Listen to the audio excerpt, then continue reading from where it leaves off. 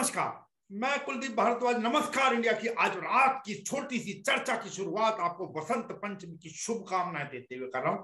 अग्रिम शुभकामनाएं। कल अर्थात 5 फरवरी को बसंत पंचमी है, उसकी अग्रिम रूप से शुभकामनाएं स्वीकार करें नमस्कार इंडिया की ओर से।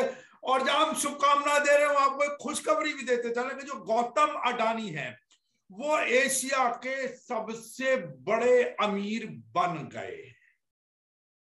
खुशखबरी के साथ ये जानकारी हम आपको दे रहे हैं। अच्छी बात है कि एशिया के भारत का एक व्यक्ति, भारत का एक व्यवसायी एशिया का सबसे बड़ा व्यक्ति बन गया, सबसे रईस व्यक्ति बन गया। वो 90 अर्थात 90.1 अरब डॉलर की नेटवर्थ के साथ दुनिया भर के जो अमीरों की लिस्ट है उसमें 10वें स्थान पर पहुंच गए हैं। और नेचुरली अभी जैसे कल लोकसभा के अंदर इशारा कर ही रहे थे राहुल गांधी कि भाई सारे पोर्ट और एयरपोर्ट सब कुछ उनको दिए जा रहे हैं, आदि आदि जो भी कुछ चीजें बताई गई इसके अंदर। शुभकामनाएं, हम तो कुछ भी है दुनिया में नाम तो कर ही रहे हैं। अब ठीक है, राजनीतिक चर्चाएं सबको बहुत अच्छी तरीके से मालूम है क्या होता है क्या नहीं है। लेकिन जहां इनकी इतनी तेजी से नेटवर्थ बढ़ी गौतम अडानी की, वहीं अगर हम चर्चा करेंगे योगी आदित्यनाथ, जिन्होंने आज अपना पर्चा दाखिल किया, राधा मोहन दास अग्रवाल जो है उन्हें मनाने के लिए, क्योंकि ऐसा वो तैयारी पूरी कर ली थी उन्होंने योगी के विरुद्ध। 4 बार के विधायक रहे लेकिन उन्होंने योगी के विरुद्ध चुनाव लड़ने की पूरी तैयारी कर ली थी समाजवादी पार्टी से, लेकिन अमित शाह पहुंचे, उन्हें साधा और आज योगी आदित्यनाथ ने अपना पर्चा दाखिल कर दिया। और पर्चे के अनुसार मैं आपको बता दूं कि उनकी जो संपत्ति है उसके अंदर कोई विशेष वृद्धि नहीं हुई है। उन्होंने अपनी जो संपत्ति है, जो कमाई है और शिक्षा के बारे में उन्होंने जानकारी दी है। और मैं अगर उसका छोटा सा आंकड़ा यहां पर प्रस्तुत करूं तो उनकी जो कुल संपत्ति है वो 1.54 करोड़, 2022 की मैं बात कर रहा हूं, वो आकी गई है। अगर मैं पीछे तक कहीं चलूं तो 2004 में 9.60 लाख या 9.60 लाख की उनकी कुल संपत्ति आकी गई थी। 2009 की अगर बात करें तो 21.82 लाख की उनकी संपत्ति आंकी गई थी। उन्होंने जो घोषणा की थी, आंकी नहीं, जो उन्होंने घोषणा की थी। 2014 में उन्होंने 72.17 लाख की।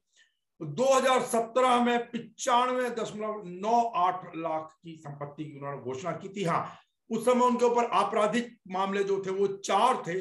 और अब 2022 में आज की घोषणा के अनुसार 1.54 करोड़ की संपत्ति की उन्होंने घोषणा की और आपराधिक मामले अब उन पर 0 है, अर्थात 4 से वो चारों के चारों मामले क्योंकि वापस ले लिए गए, आदि आदि। आप बहुत अच्छी तरीके से समझते हैं, सारी की सारी राजनीतिक चीजें हुआ करती हैं। अब उनके घोषणा के अनुसार उनके पास कार नहीं है। चलिए जो भी है, अब मैं यहां पर एक चीज और, जब कार की चर्चा हो ही गई तो आपको मालूम है असदुद्दीन ओवैसी की कार के ऊपर फायर किया गया था, गोलियां चलाई गई थी। हालांकि बात यह आ रही है कि आप अगर उसके बाद देखें तो कुछ लोग कहते हैं जी आप क्रोनोलॉजी समझिए, उसके अंदर गोली चली कार के नीचे के हिस्से के ऊपर गोली चलाई गई। और उन्होंने तुरंत जो असदुद्दीन ओवैसी साहब है उन्होंने ANI को अपना बयान दिया या वक्तव्य दिया। पुलिस भी तत्पर हो गई, एजेंट्स को, गोली चलाने वाले लोगों को गिरफ्तार कर लिया गया। और अब आपकी जानकारी के लिए बता दूं कि 2 लोगों को जिन्होंने फायरिंग की थी, उन 2 लोगों को जेल भेज दिया गया। राजनीतिक उठापटक है साहब, इस समय सब अपने अपने तरीके से तेजी से लगे हुए हैं। लेकिन एक चीज और बता दूं, हालांकि प्रचार में कांग्रेस भी कहीं पीछे नहीं है, ये ध्यान कर लीजिएगा। कांग्रेस भी खूब तेजी से लगी है, लेकिन कांग्रेस कहीं सामने आ नहीं रही है। कहीं वो सत्ता में आते दूर तक भी कांग्रेस नजर नहीं आ रही है। हालांकि हम आपको उत्तर प्रदेश में काफिला दिखा रहे हैं प्रियंका गांधी का स्क्रीन के ऊपर, जहां पर प्रियंका गांधी प्रचार प्रसार करने के लिए गई हुई है। लेकिन हमें दूर तक भी लेकिन वो कहीं दौड़ में नहीं है प्रियंका गांधी, अगर मैं बहुत सीधी सी आप लोगों से बात करूं। बाकी ठीक है, अब अगर आप किसी कांग्रेसी से बात करेंगे तो कांग्रेसी तो अपना दावा प्रस्तुत करेंगे ही करेंगे किसी भी प्रकार से कांग्रेसी। लेकिन अब ये बिल्कुल मान लीजिए हम पहले से कहते आए कि वो किसी भी प्रकार की दौड़ के अंदर नहीं है कांग्रेसी। मैं छोटी सी राष्ट्रीय खबर की अगर आपके साथ चर्चा करता चलूं तो वर्तमान में जो भारत का जो विदेशी मुद्रा भंडार है वो गिर गया है, उसमें गिरावट आई है और वो अब पहुंच गया 629.75 अरब डॉलर।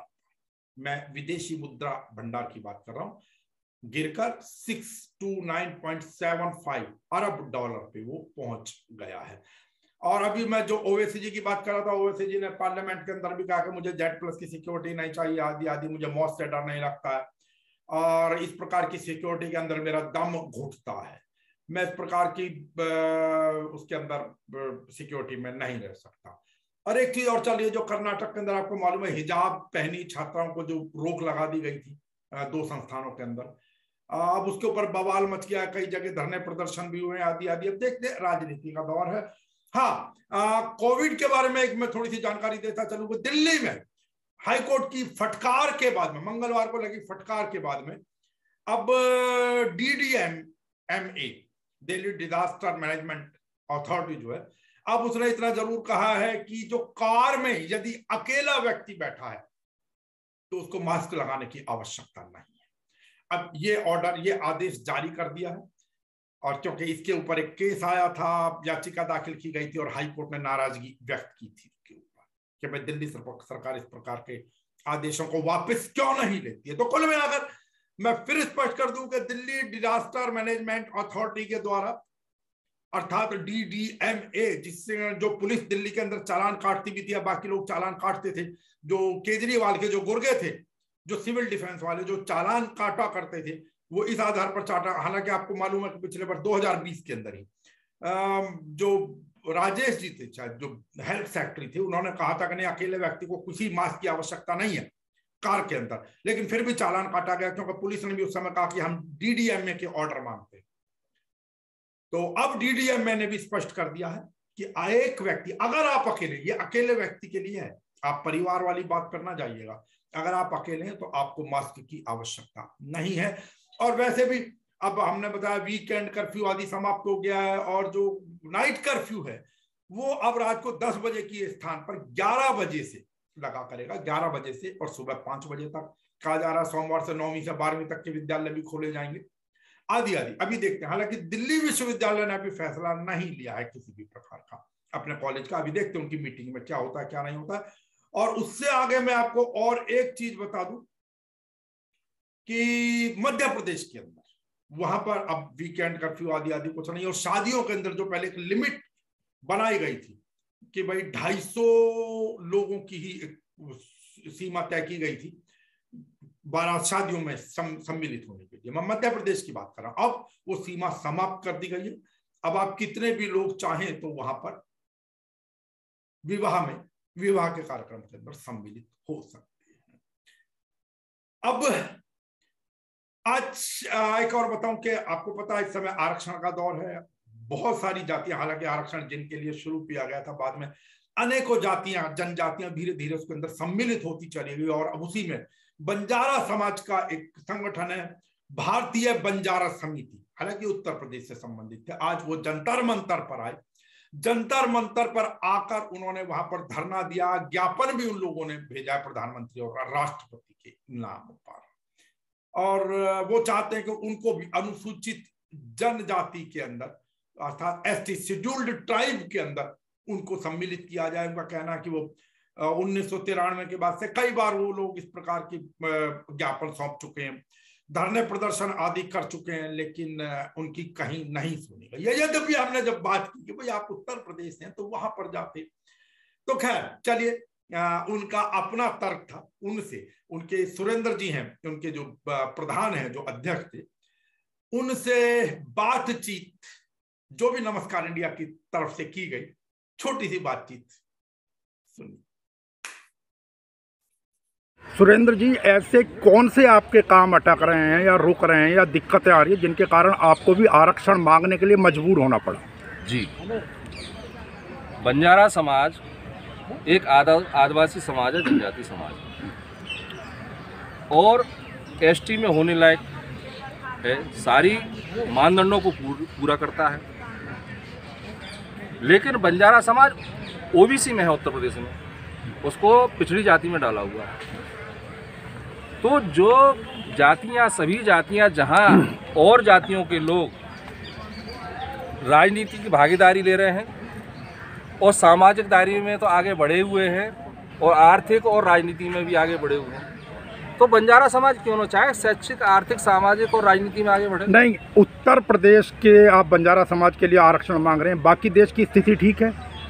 नहीं, बाकी ऐसा है, उत्तर प्रदेश के लिए हमने अपना जो मुहिम चलाया है, उत्तर प्रदेश से बंजारा समाज को अनुसूचित जनजाति में रखने के लिए प्रस्ताव बार बार आ रहे हैं, 7 बार। नहीं, बाकी देश की स्थिति ठीक है क्या, मैं ये पूछना? नहीं, बाकी देश की भी ठीक नहीं है। तो खाली उत्तर प्रदेश का बंजारा समाज के, बाकी देश का बंजारा समाज, पूरे देश के बंजारा समाज को अनुसूचित जाति में, ST में इंक्लूड सम्मिलित कर लिया जाना चाहिए था। ये हम आज मांगने की हमें जरूरत ही न पड़ती। लेकिन आप तो खाली उत्तर प्रदेश के लिए आए हैं ना। आरक्षण अधिनियम बना था तभी बंजारा समाज को ST में सम्मिलित कर लेना जाना चाहिए था। अब अच्छा, आप उत्तर प्रदेश में मांग रहे हैं आरक्षण, फिर दिल्ली क्यों? फिर आपको लखनऊ पर धरना प्रदर्शन करना चाहिए था, दिल्ली के? नहीं, दिल्ली से मामला निकल चुका है। दिल्ली की हम बता रहे हैं ना कि 1993 में प्रस्ताव आया, संसदीय प्रस्ताव भारत सरकार को, और 1998 में आया, 2001 में, 2005 में, 2013 में, 2018 में, 2019 में आया। आपको लगता है कि सरकार आपके आज के ज्ञापन के आधार पर मांग मान लेगी? 3 बार इथनोग्राफिक सर्वेक्षण रिपोर्ट आ चुकी है भारत सरकार को। भारत सरकार नहीं सुन रही है ना, आप ये कहना चाह रहे हैं ना? तो आपको लगता है आज के ज्ञापन के बाद सुन लेगी सरकार? में ये भारत सरकार में हमारा मामला लंबित है, विचाराधीन है, और हमें अभी तक विचाराधीन ही 10 साल से विचाराधीन ही बताया जाता है। आज भी अगर सरकार नहीं मानती है तो अगला कदम क्या होगा, मुझे ये बताओ। अगला कदम रणनीति ये चुनाव के बाद में हम बनाएंगे। चुनाव, लोग तो चुनाव से पहले बनानी चाहिए थी रणनीति, ताकि चुनावों में आप सबक सिखा सकें। हम चुनाव से पहले रणनीति बना के यहाँ अपनी आवाज उठाने के लिए आ गए। हम कह रहे हैं, हम केंद्र सरकार को बता रहे हैं 1 फरवरी से 10 फरवरी तक इस समय लोकसभा और राज्यसभा चल रही है, उसके बाद 1 मार्च से 10 मार्च तक चलेगी। तो हम आगे की रणनीति बनाएंगे, ठीक, और हम अपनी आवाज को बुलंद करेंगे और उठाएंगे। तो कुल मिलाकर ये थे सुरेंद्र जी, भारतीय बंजारा समिति उत्तर प्रदेश के अध्यक्ष थे। अब जैसे कि आपको मालूम है, रोज धरने प्रदर्शन आदि, और धरने प्रदर्शन का मुझे नहीं लगता कि इतनी आसानी से सरकार सुन लेगी। हालांकि ये चीजें, इस प्रकार की कई चीजें, अगर ये इस प्रकार का माहौल कहीं प्रदेश के अंदर चुनावों से पहले बनाते तो ज्यादा बेहतर होता। लेकिन कई बार कुछ लोग होते हैं, कुछ संगठन होते हैं, अपने आप को चर्चा में बनाए रखने के लिए भी, ठीक है, उनकी नीयत पर शक नहीं किया जा सकता। हर व्यक्ति चाहता कि उसका समाज, उसका परिवार, उसका समाज, उसके लोग आगे बढ़े, उनको सब प्रकार के मौके मिले। तो अगर उसमें बंजारा समाज ने भी, या बंजारा समाज की इस संस्था ने भी यदि कोई ज्ञापन सौंपा है, सुनी जानी चाहिए सरकार की तरफ से। कुल मिलाकर मौसम की आपको जानकारी मालूम ही है, कल भी बारिश थी, आज भी मौसम ठंडा रहा। लेकिन अब उम्मीद जैसा कि की जाती है कि वसंत पंचमी के बाद से मौसम के अंदर परिवर्तन आने लगता है। तो उम्मीद करते हैं कल वसंत पंचमी और उसके बाद मौसम के अंदर परिवर्तन आएगा। लेकिन बावजूद उसके सावधानी, कहते हैं ना, सावधानी हटी दुर्घटना घटी। तो मेरा निवेदन है आपसे कि आप कृपया करके सावधानी बनाए रखें, लापरवाही बिल्कुल ना करें, खाए भी संभल कर, कपड़े अभी एकदम से ना त्याग दें, और बेफिक्र रहिएगा।